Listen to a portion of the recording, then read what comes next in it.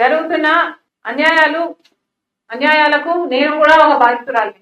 జగన్మోహన్ రెడ్డి గారు నాకు సొంత అన్నయ్య ఉండి కూడా సోషల్ మీడియాలో నన్ను అంటే సొంత చెల్లిని, తల్లిని, సొంత చిన్నాన బిడ్డను, వీళ్ళందరినీ మా అందరినీ ఎట్లా పడితే అట్లా మాట్లాడమని ఒక రకంగా ప్రోత్సహించింది జగన్మోహన్ రెడ్డి గారి. ఒక్కసారైనా నిలబడి ఇది అన్యాయము, ఇలా చేయడానికి వీల్లేదు అని ఒక్కసారైనా జగన్మోహన్ రెడ్డి గారు నోరు విప్పుకుంటే ఇవి ఆగేది. కానీ అసెంబ్లీలో జగన్మోహన్ రెడ్డి గారు నోరు విప్పలేరు. సోషల్ మీడియాలో ఇంత నీచంగా వ్యవహరిస్తున్న వాళ్ళ మీద కూడా జగన్మోహన్ రెడ్డి గారు నోరు విప్పలేదు. సోషల్ మీడియాలో మా గురించి ఎన్నో అబద్ధాలు చెప్పారు, అక్రమ సంబంధాలను అంటగట్టారు, నీచంగా అవమానించారు, తిట్టారు, బూతులు కూడా మాట్లాడారు. This is not right. Social మీడియాలో ఇది ఆగాలి. జగన్మోహన్ రెడ్డి గారు బాధితురాలు నేను కాబట్టి చెప్పగలుగుతున్నా, ఇటీవల కాలంలో గత కొన్ని సంవత్సరాలుగా ఒక సైన్యం వైసీపీ ఏర్పరచుకుంది. సోషల్ మీడియాలో వాళ్లకు వ్యతిరేకంగా ఉన్న వాళ్ళ మీద దాడులు చేయాలి. ఇది సహించరాని విషయం. ఒక మహిళ మీద దాడి చేయాలి అంటే అది ఒక ఫిజికల్ దాడే అవ్వాల్సిన పని లేదు. ఇలా సోషల్ మీడియాలో క్యారెక్టర్ అసాసినేషన్ చేయడం మీకు ధైర్యం ఉంటే ఎదురుగా వచ్చి మాట్లాడాలి తప్ప ఇలా తెర వెనక ఎథికలీ వెరీ రాంగ్.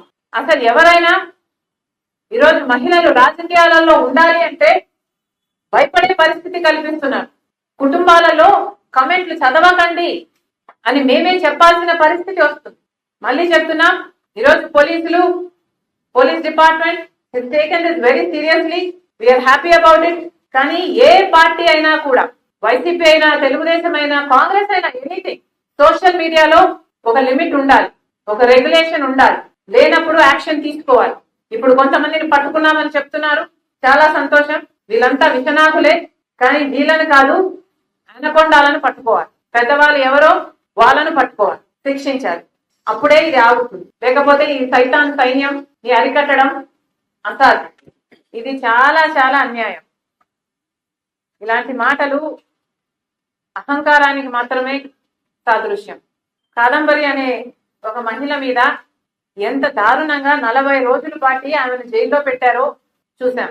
అన్యాయంగా వాళ్ళ తల్లిదండ్రులు నేవీ ఆఫీసరు, బ్యాంక్ ఆఫీసర్ అయితే అట్లాంటి వాళ్ళను కూడా తీసుకొచ్చి 40 రోజుల పాటు జగన్మోహన్ రెడ్డి గారి హయాంలో జైల్లో పెట్టారు.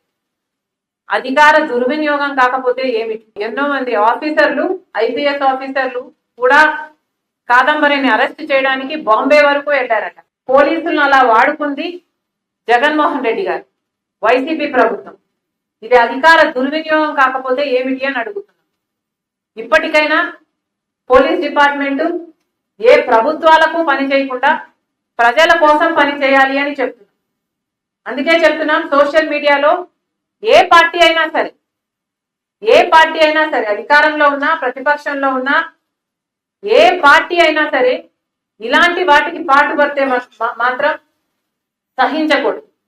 పోలీసులు వాళ్ళ పని వాళ్ళు ధైర్యంగా చేయాలి. ఇలాంటి వాళ్ళ జగన్మోహన్ రెడ్డి గారు లాంటి నాయకుడే ఈరోజు పోలీసులనే బెదిరిస్తున్నారు అంటే ఇక వీళ్ళ అహంకారానికి హద్దే ఉంది.